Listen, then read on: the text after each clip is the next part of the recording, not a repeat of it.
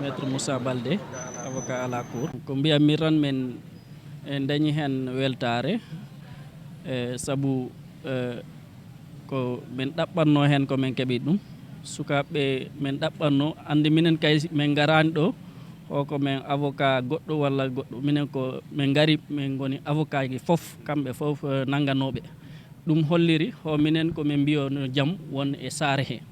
no jaam won ɗo Madina Gounass e parent ji ɗi noon noɓe gandu ɗum ɗon hoko ɗum tan woni ho Allah wattidi umen hoɗande hoɓe koddat ha ɓe maaya mayde ran sertidirta ɗum joni noɓe mbatta jaam ko ɗum noon minen min addi min gari min mbaɗi constitution ji amen min mbiyo ko kayen foof min gonani ɓen min darani ɗo hande min pour ɓe ñawore mumen Allah waɗi noon mantinonoyre ko ministére public o ko abborno ɗumen ko e infraction ji ɗin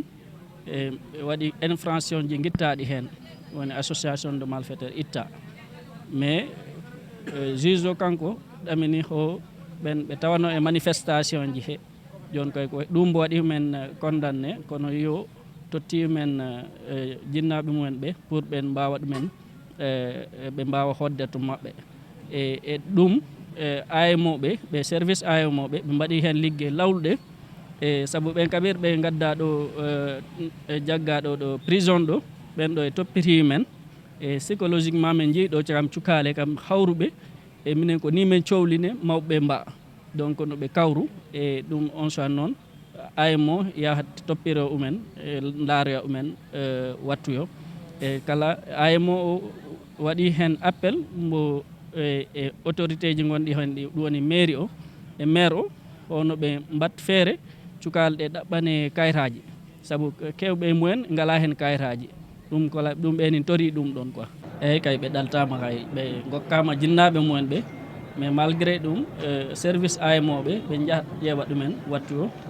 e en tout cas mi anda ko service AMO o kono kam sukaɓeɓe no deeƴi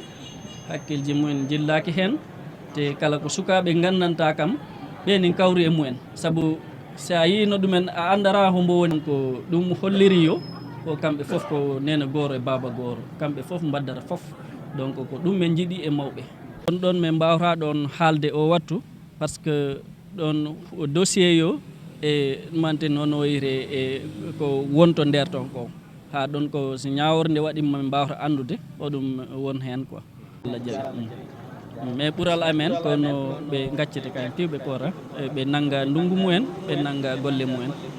wona ɓe gona nena gooro baba gooro minen kay piiw ko min nena gooro baba gooro voilà